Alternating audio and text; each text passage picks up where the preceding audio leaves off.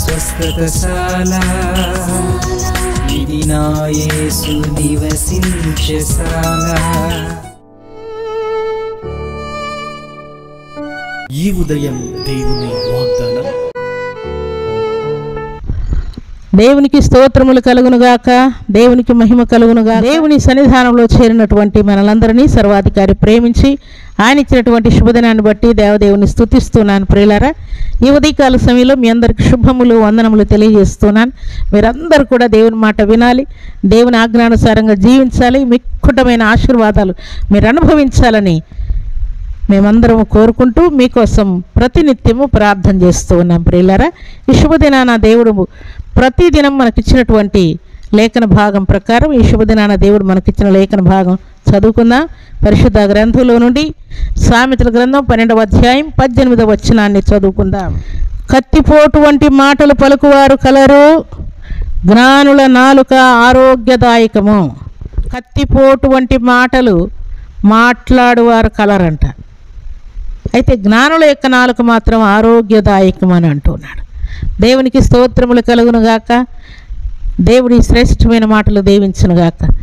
దేవుని సన్నిధిలో చేరిన మనం అందరం కూడా మన నోట కత్తిపోటు వంటి మాటలు, ప్రాణము నొచ్చుకునే మాటలు, లేక ఆత్మహత్య చేసుకునే మాటలు, గొడవలు సృష్టించేటువంటి గర్వపు మాటలు, అహంకారపూరితమైనటువంటి మాటలు, అసూయతో కూడినటువంటి మాటలు మన నోట ఉంటే అవి కత్తిపోటు వంటి మాటలని దేవుడు జ్ఞాపకం చేస్తున్నాడు. ప్రియులారా, అట్టి మాటలన్నీ యేసుక్రీస్తు నామములో దేవుడు మన నోట నుండి కొట్టివేయునుగాక.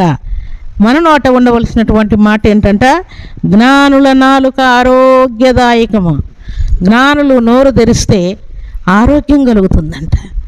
జ్ఞానులు నోరు తెరిస్తే ఎందుకు ఆరోగ్యం కలుగుతుంది అని అంటే, జ్ఞానులు ఎవరనంటే యెహోవాయందు భయభక్తులు కలిగినట జ్ఞానమునకు మూలమని వ్రాయబడి ఉన్నది. ప్రియులారా, యెహోవాయందు భయభక్తులు కలిగిన వారు నోరు ధరిస్తే దేవుని మాటలే పలుకుతారు. కాబట్టి ఈ వాక్యము ఆరోగ్యకరమైనటువంటి వాక్యమని గ్రంథంలో వ్రాయబడింది. ప్రియులారా, ఆరోగ్యం మనకు కలగాలి అని అంటే ఈ మాటలు మనం పలుకుతూ ఉండాలి, ఈ మాటలు మనం చదువుతూ ఉండాలి, ఈ మాటలు మనం ధ్యానిస్తూ ఉండాలి, ఈ మాటలు మనం వింటూ ఉండాలి. అందుకే జ్ఞానుల నాలుక ఆరోగ్యదాయకమని వ్రాయబడింది. దేవునికి స్తోత్రములు కలుగునుగాక. దేవుని సన్నిధిలో చేరినటువంటి దేవుని ప్రజలమైన మనమందరం కూడా ఆరోగ్యకరమైనటువంటి మాటలు పలికే వారం ఉండాలి. మన నోటి మాట అనేకులను ఆదరించేదిగా ఉండాలి, అనేకులకు స్వస్థత కలిగించేదిగా ఉండాలి, అనేకులకు దీవెన కలిగించేదిగా ఉండాలి అని దేవుడు కోరుకుంటూ ఉన్నాడు.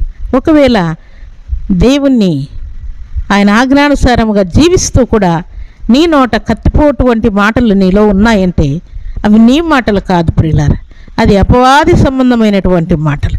ఎందుకు ఆ కుమారుడు చనిపోయాడంట, ఆ కుమార్తె ఎందుకు చనిపోయిందంట, ఆ భర్త ఎందుకు చనిపోయాడంట, ఆ భార్య ఎందుకు చనిపోయిందంట, ఆ తల్లి ఎందుకు చనిపోయింది, ఆ తండ్రి ఎందుకు చనిపోయాడు, ఆ విశ్వాసి ఎందుకు చనిపోయాడు అని ఒకవేళ ఎవరైనా అడిగితే ఫలానా వారు ఫలానా మాట అన్నారంట, అందుకని వారు ఆత్మహత్య చేసుకొని చనిపోయారంట అని చాలా సందర్భాల్లో మనం వింటూ ఉంటాం ప్రియులారా.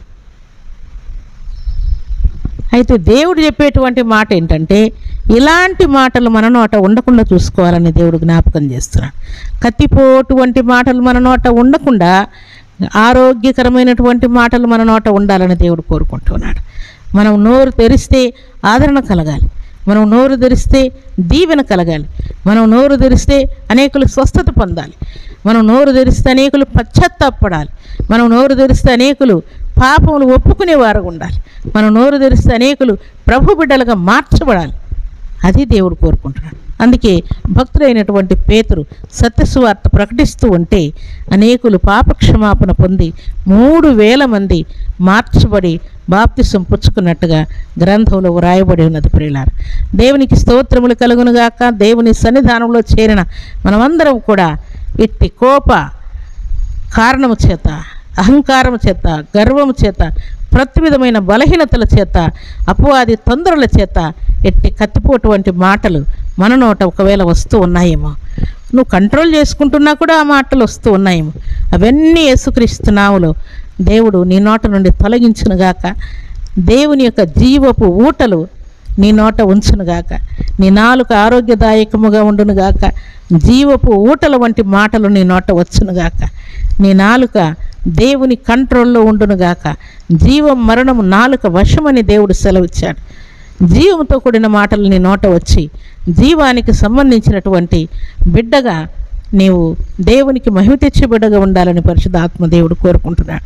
కాబట్టి ఉదయకాల సమయంలో దేవుని సన్నిధానంలో చేరినటువంటి మనమందరం కూడా జీవాధిపతి అయినటువంటి దేవుని బిడ్డలంగా, జీవంతో కూడినటువంటి దేవుని యొక్క శరీరాన్ని రక్తాన్ని పుచ్చుకున్న వారముగా, జీవాహారము నేనేని సెలవిచ్చినటువంటి ఆ దేవదేవుని కుమారులుగా కుమార్తెలుగా పిలువబడుతున్న మనమందరం కూడా దేవునికి మహిమ తెచ్చేవారముగా, అనేకుల్ని దేవుని వైపు మళ్లించే వారముగా, నరకంలో నుండి అగ్నిలో నుండి లాగినట్టుగా ప్రభు బిడ్డల్ని దేవుని వైపు నడిపించే వారముగా మనం ఉండాలని దేవుడు కోరుకుంటూ ఉన్నాడు. అలాంటి కృపా భాగ్యం సర్వశక్తిమంతుడైనటువంటి దేవాతి దేవుడు సర్వ సమృద్ధిగా మనందరికి అనుగ్రహించి ఆశీర్వదించునుగాక.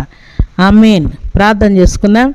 భూమి ఆకాశములను కలుగు చేసిన మా తండ్రి, మీకు స్తోత్రములు వందనములు చెల్లిస్తూ ఉన్నాను. ఈ శుభదినాన తండ్రి, మీరిచ్చిన మాట ప్రకారం కత్తిపోటువంటి మాటలు కలవని మీరు సెలవిచ్చారు. అట్టి మాటలు మా అందరి నోట నుండి కొట్టివేయబడునుగాక. జ్ఞానుల నాలుక ఆరోగ్యదాయకమని సెలవిచ్చారు.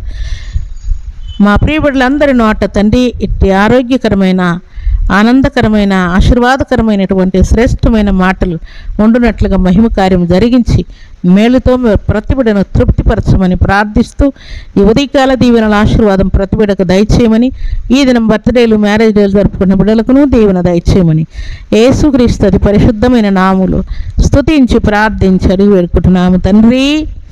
ఆమేన్.